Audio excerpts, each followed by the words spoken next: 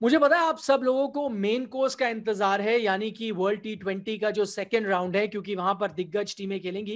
लेकिन first round की शुरुआत पहले ही हो गई है और वहां पर भी काफी रोमांचक मुकाबले देखने को मिले हैं पहले ही दिन। एक दिन में जो पहला मैच हुआ उसमें तो एक उम्मीद के मुताबिक नतीजा देखने को मिला, जहां ओमान ने 10 विकेट से पापुआ न्यू गिनी के खिलाफ जीत दर्ज की। लेकिन दूसरे मैच में एक बहुत बड़ा अपसेट देखने को मिला, जहां स्कॉटलैंड ने बांग्लादेश को 6 रनों से हराया।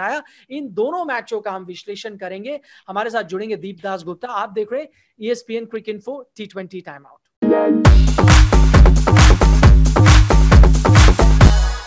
तो हमारा सबसे पहला मुकाबला तो वही है जहां पर स्कॉटलैंड बांग्लादेश को हराता है।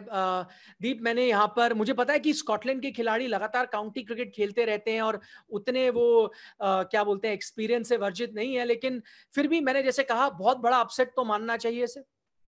बिल्कुल, क्योंकि अगर आप बांग्लादेश की बात करें तो पिछले एक साल में बहुत अच्छे सीरीज घर पे ही बेशक हो, लेकिन जीत के आए। ऑस्ट्रेलिया को हराया, न्यूजीलैंड को हराया, जिम्बाब्वे को हराया और साथ में इस वक्त आईसीसी रैंकिंग में 6 नंबर पे हैं।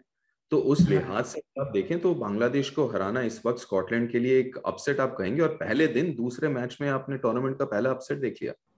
मुझे पता है कि पिच इतनी आसान नहीं थी दीप, ऐसा लग रहा था टीवी पर देखते हुए, खासतौर पर स्पिन गेंदबाजों के खिलाफ। तो हम इससे पहले कि स्कॉटलैंड की बल्लेबाजी पे आए, उनकी गेंदबाजी के बारे में आप क्या कहेंगे? मेरे ख्याल से बहुत बहुत बढ़िया गेंदबाजी की है स्कॉटलैंड के गेंदबाजों ने, खासकर स्पिनर्स की मैं बात कहूंगा। क्योंकि बाद में अगर हमने देखा होगा, आपने भी ख्याल किया है कि बहुत ज्यादा ओस गिरी हुई थी, गेंद की हालत बहुत खराब, लेकिन उसके बावजूद अगर आप नियंत्रण देखें, क्योंकि हम सबको पता है कितना मुश्किल हो जाता है जब एक बार ओस गिरने लगे, लेकिन खासकर स्पिनर्स के लिए। और वहीं पे जो स्पिनर्स ने काम करके दिया है, बेहतरीन काम किया है, जो अनुशासन दिखाया है और काफी सिंपल रखा है चीजों को, ऐसा कॉम्प्लिकेट नहीं किया, क्योंकि ज्यादा रन नहीं बनाए थे। कम छोटा सा ही टोटल था, 140 कंपैरेटिवली, लेकिन बहुत बहुत बढ़िया गेंदबाजी। अब यहाँ पर बात करनी होगी स्टार ऑफ द मैच, जो कि क्रिस ग्रीव्स थे, उनका ऑलराउंड प्रदर्शन। सबसे पहले बल्लेबाजी के बारे में बात करते हैं। 45 रन बनाते हैं और वो भी एक समय 53 पर 6 थी स्कॉटलैंड की टीम, वहां से 140 अगर पहुंची तो उनका सबसे अहम योगदान माने। बिल्कुल, क्योंकि एक वक्त लग रहा था कि शायद 120-25 तक ही पहुंच पाएगी स्कॉटलैंड, और सिर्फ 45 रन नहीं, सिर्फ 28 गेंदों में बनाए। तो जो स्ट्राइक रेट अगर आप देखें तो 160 का रहा है।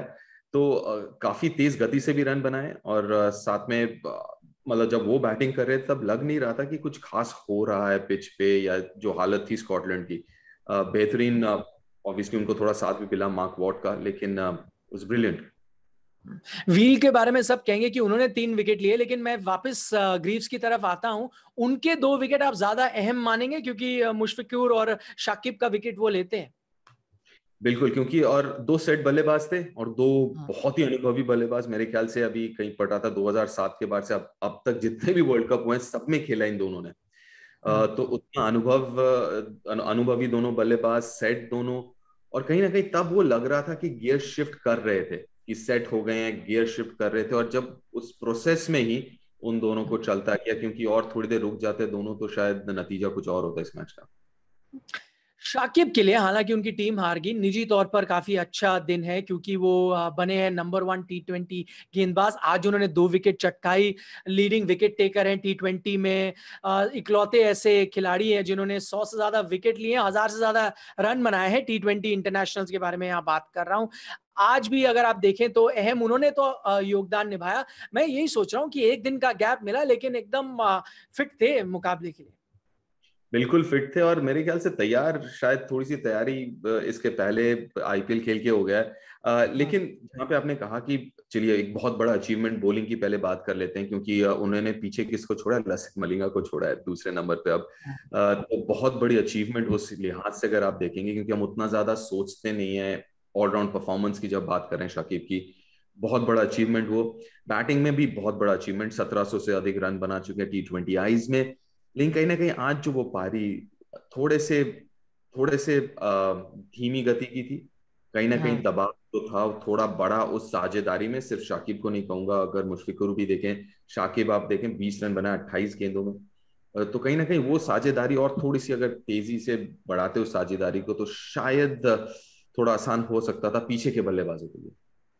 कई बार हम नतीजों के बाद खिलाड़ियों की चर्चा करते हैं, लेकिन नतीजे से परे मैं यहाँ पर बात करूंगा मेहंदी हसन की, क्योंकि एक समय जैसी उन्होंने गेंदबाजी करी, 3 विकेट चटकाए, अगर बांग्लादेश आज जीत गई होती तो शायद वो होते प्लेयर ऑफ द मैच।